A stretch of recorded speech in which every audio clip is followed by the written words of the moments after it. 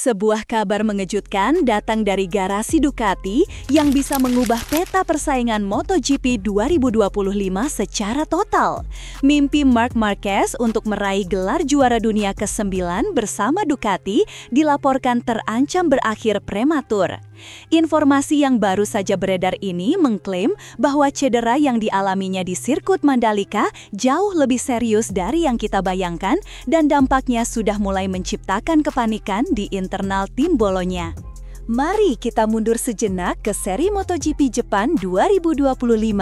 Seluruh dunia menyaksikan bagaimana Ducati dan Marc Marquez begitu superior, mengunci gelar juara dunia mereka yang ke-9.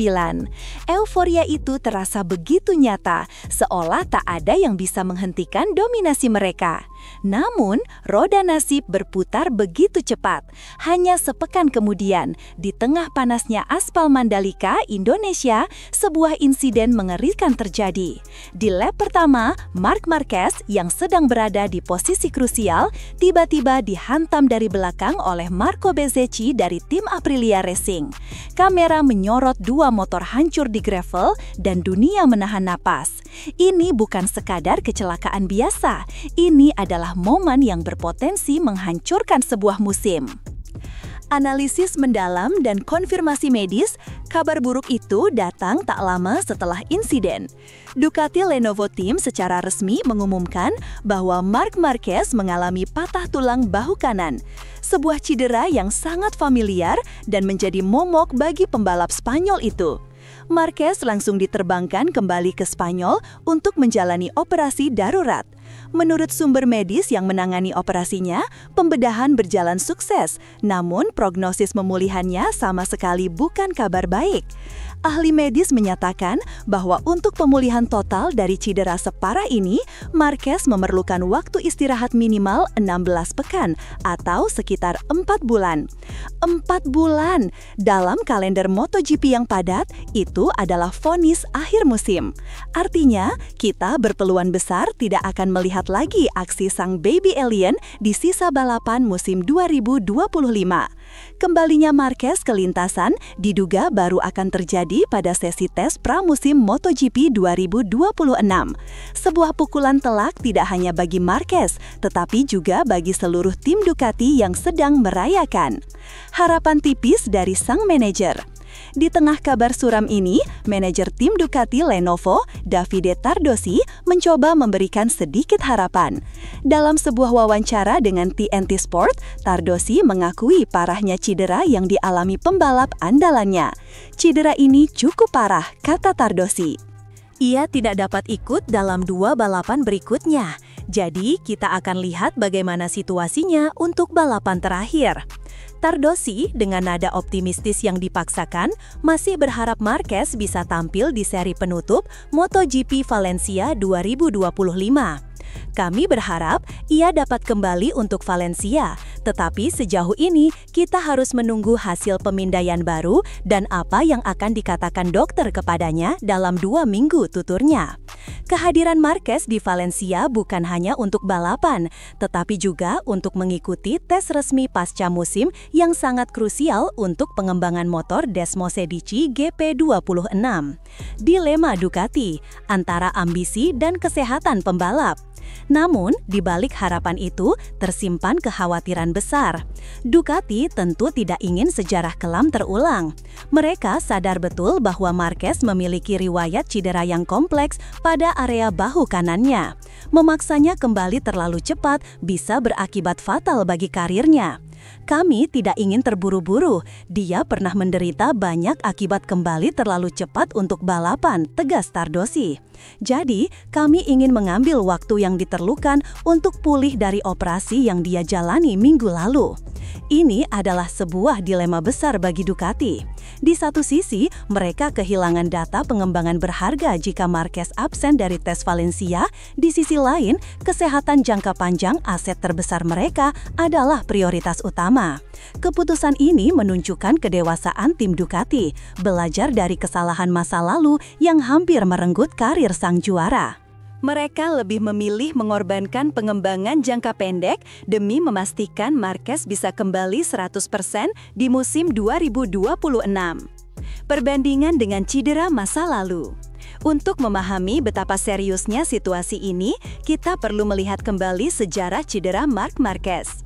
Cedera humerus kanan pada tahun 2020 di Jerez menjadi titik balik dalam karirnya.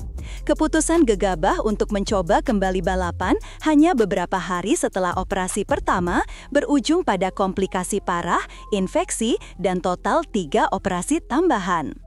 Marquez harus absen hampir sepanjang musim dan bahkan setelah kembali, ia tidak pernah benar-benar sama. Butuh waktu bertahun-tahun baginya untuk kembali ke puncak performa. Selain itu, masalah diplopia atau penglihatan ganda juga beberapa kali menghantuinya, terutama setelah kecelakaan hebat. Ducati dan Marquez sendiri tampaknya telah belajar pelajaran paling pahit dari pengalaman tersebut. Kali ini tidak ada ruang untuk kesalahan. Kesabaran adalah kunci, bahkan jika itu berarti harus merelakan sisa musim 2025. Yang membuat situasi ini semakin panas adalah sosok yang terlibat dalam insiden tersebut, Marco Bezzecchi. Bezzecchi, yang kini membela Aprilia, adalah salah satu murid dari Akademi VR46 milik Valentino Rossi. Kita semua tahu hubungan antara Marc Marquez dan Valentino Rossi adalah salah satu rivalitas paling panas dan personal dalam sejarah MotoGP. Meskipun Rossi telah pensiun, aroma persaingan itu masih sangat kental di paddock. Insiden di Mandalika ini seolah menyalakan kembali api lama. Meskipun Bezzecchi sudah meminta maaf kepada Marquez dan tim Ducati, dan insiden ini dianggap sebagai race incident oleh banyak pihak, spekulasi di kalangan penggemar tak terhindarkan. Apakah ada unsur kesengajaan, ataukah ini murni ambisi seorang pembalap muda yang salah perhitungan? Para steward FIM akhirnya menjatuhkan hukuman double long lap penalty kepada Bezzecchi untuk seri berikutnya, menandakan bahwa ia dianggap bertanggung jawab atas tabrakan tersebut. Drama ini tidak berhenti di situ. Di media sosial, perang antar fans kembali berkecamuk.